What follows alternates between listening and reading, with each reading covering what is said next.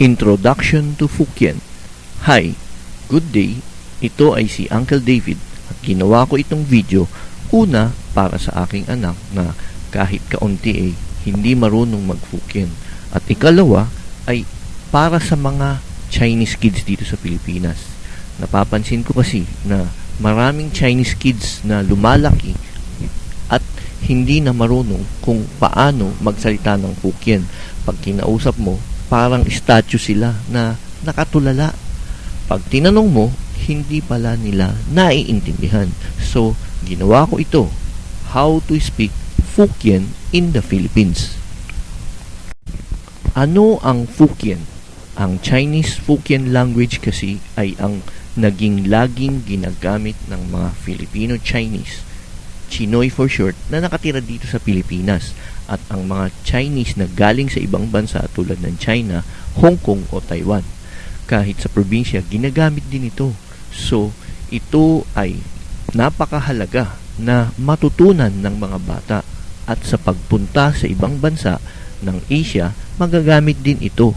Ang Fukien ay maraming klase ng tawag.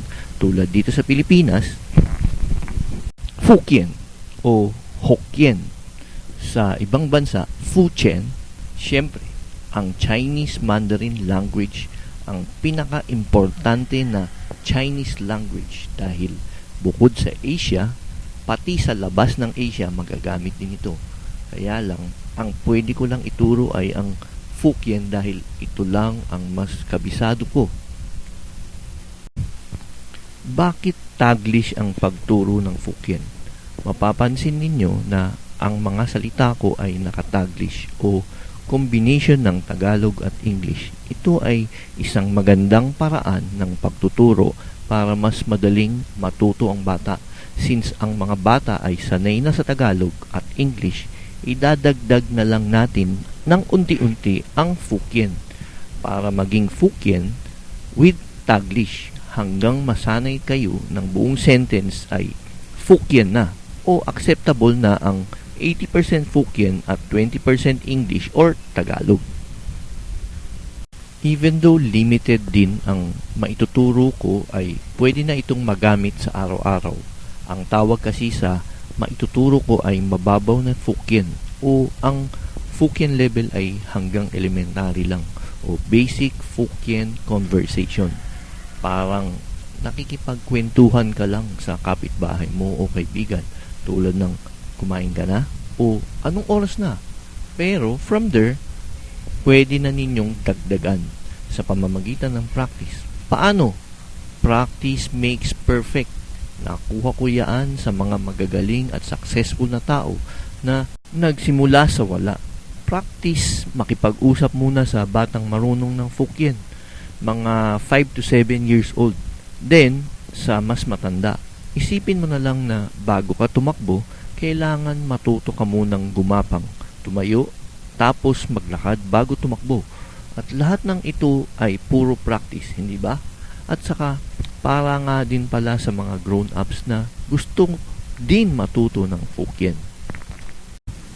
Personal way ng pagturo ng Fukien. Ang ituturo ko ay base sa aking pagkaintindi at hindi lahat ay tinuro ng teacher ko.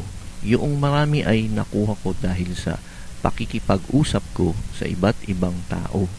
Maaari kasing hindi tama o parang hindi tama ang ma-pronounce ko dahil tulad ng sinabi ko, hindi ko masyadong kabisado lahat. Siya nga pala, hindi ako tapos ng teacher.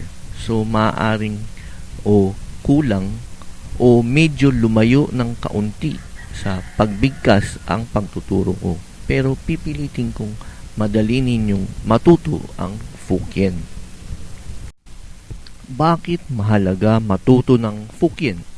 Mahalaga matuto nito dahil kung ikaw ay Chinese or part Chinese, dapat marunong ka kahit kaunti. At pag medyo marunong ka, madali kang makahanap ng trabaho. At kung may negosyo ka naman, madali mong makakasundo ang kapwa Chinese.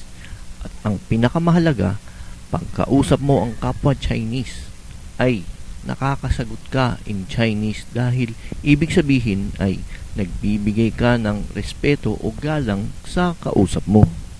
Paano ibigkas ang mga salita? Ang mga paraan ng pagbigkas ay simple lang. Gagamitin natin ang Tagalog at English alphabet pero Tagalize ang mga pagbigkas. So sa vowels, ang mga ito lamang ang gagamitin.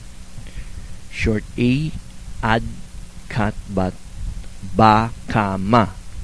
Short E, chef, get, fed, be, ke, me.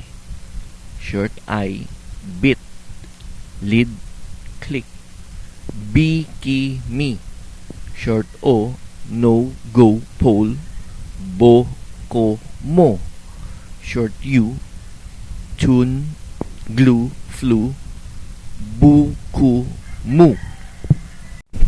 Start Fukien speaking. Ngayon, let's start. Ang unahin natin ay ang counting numbers o pagbibilang ng 1 to 10 sa Fukien. Dalawang paraan ng pagbilang sa Fukien at parehong accepted ito. Pag sinabi kong accepted, ibig sabihin madalas na itong gamitin kahit minsan wala sa dictionary.